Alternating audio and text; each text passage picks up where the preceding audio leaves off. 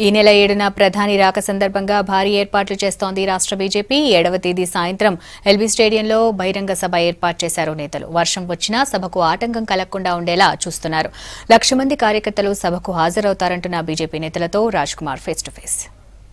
రాష్ట్ర విభజన తర్వాత ప్రధాని హోదాలో నరేంద్ర మోడీ మొదటిసారిగా రాష్ట్రానికి వస్తున్నారు. ఈ సందర్భంగా ప్రభుత్వ కార్యక్రమాలతో పాటు హైదరాబాద్లో కార్యకర్తల సమ్మేళనానికి బీజేపీ ప్లాన్ చేసింది. అది 7వ తేదీ సాయంత్రం 4 గంటలకు ఈ సభ ప్రారంభమవుతుంది. ఈ సభ ఎల్బీ స్టేడియంలో జరిగే ఈ సభకు ఇన్ఛార్జిగా ఖైరతాబాద్ ఎమ్మెల్యే చింతల రామచంద్రరెడ్డి గారిని పార్టీ నియమించింది. ఇక్కడ వేదిక ఏర్పాట్లు కావచ్చు, జనాల సమీకరణ ఎలా ఉండబోతుంది అనే దానిపై సార్ చెప్పండి. అసలు వేదిక కూర్పు ఎలా ఉంటుంది, ఎలా సెట్ చేస్తున్నారు?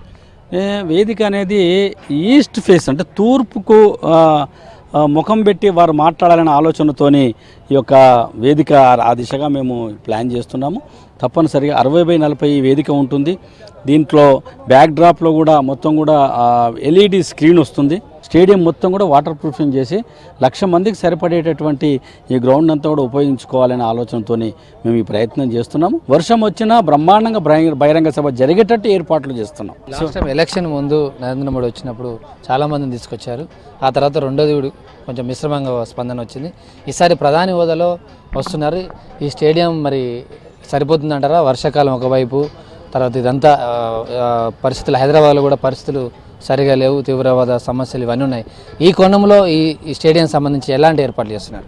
మాకు ఒకటి మీరు అన్నట్టు ఈ స్టేడియము ఈ బహిరంగ సభకు సరిపోద్దని కూడా మాకు భయంగా ఉంది. కారణం ఏంటంటే 2 మాసాల తర్వాత ప్రధానమంత్రి గారు మొదటిసారి హైదరాబాద్కు వస్తూ ఉన్నారు.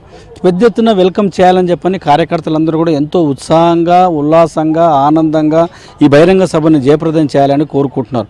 గ్రౌండ్ లోపటి కూడా వాళ్ళందరూ కూడా మేము సూచన చేస్తున్నాం. ఎలాంటి బ్యాగులు కానీ ఇవన్నీ కూడా లోపలికి తీసుకొని రాకుండా 3:30 లోపట్నే వచ్చేసేయాలి.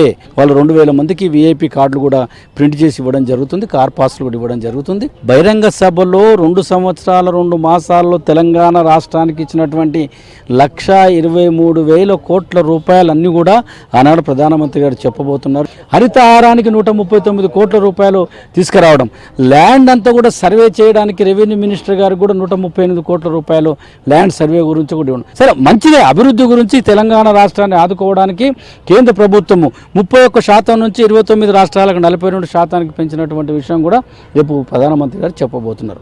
కాబట్టి ఇవన్నీ కూడా మేము కార్యకర్తలకు, ముఖ్యంగా కార్యకర్తల ద్వారానే ప్రజలకు చెప్పడానికి అవకాశం ఉంటుంది. కాబట్టి ఈ దిశగా మేము పయనిస్తున్నాం. ఈ సభకు పబ్లిసిటీ సంబంధించి ఏర్పాట్లు ఉప్పల్ ఎమ్మెల్యే ఎన్వీఎస్ ప్రభాకర్ గారు చూస్తున్నారు.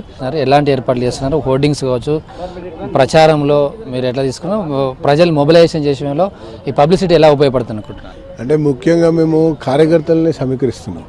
ప్రతి పోలింగ్ బూత్ నుంచి కూడా కనీసం 5 కార్యకర్తలు రావాలి అన్నటువంటి ఒక లక్ష్యాన్ని పెట్టుకొని మొత్తం తెలంగాణ రాష్ట్రానికి సంబంధించినటువంటి అన్ని పోలింగ్ బూతుల నుంచి ప్రయత్నం చేస్తున్నాం.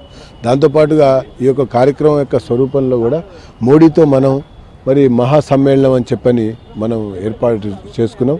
ఆ ప్రకారంగా కార్యకర్తలు అన్ని రకాలుగా ఇప్పటికే సంసిద్ధులయ్యారు. ఏ రకంగా రావాలి, ఎట్లా రావాలి, ఏ సమయానికి రావాలి అన్నటువంటి విషయంలో చాలా స్పష్టత కార్యకర్తల్లో ఉంది. మరి మౌత్ టు మౌత్ క్యాంపెయిన్ జరుగుతుంది, 1-to-1 క్యాంపెయిన్ జరుగుతుంది, మెసేజ్ల ద్వారా క్యాంపెయిన్ జరుగుతుంది, వైడ్ పబ్లిసిటీ చేయడం ద్వారా కూడా క్యాంపెయిన్ జరుగుతుంది. ఇది మొత్తం మీద 7న నరేంద్ర మోడీ వచ్చే కార్యకర్తల సమ్మేళనానికి బీజేపీ భారీ ఏర్పాట్లు చేస్తుంది. కేంద్ర ప్రభుత్వం ఏదైతే పథకాలు రాష్ట్రానికి ఇస్తున్న అభివృద్ధి నిధులను ప్రచారం చేసుకోవడానికి, పార్టీని బలోపేతం చేయడానికి ఈ యొక్క ఎల్బీ స్టేడియంలో జరిగే కార్యకర్తల సమ్మేళనాన్ని ఉపయోగించుకోవడానికి బీజేపీ ప్లాన్ చేస్తుంది. ఇది ఎల్బీ స్టేడియంలో జరిగే మోడీ కార్యకర్తల సమ్మేళనం తాజా వివరాలు. కెమెరామెన్ సురేష్తో రాజ్ కుమార్, V6 న్యూస్, హైదరాబాద్.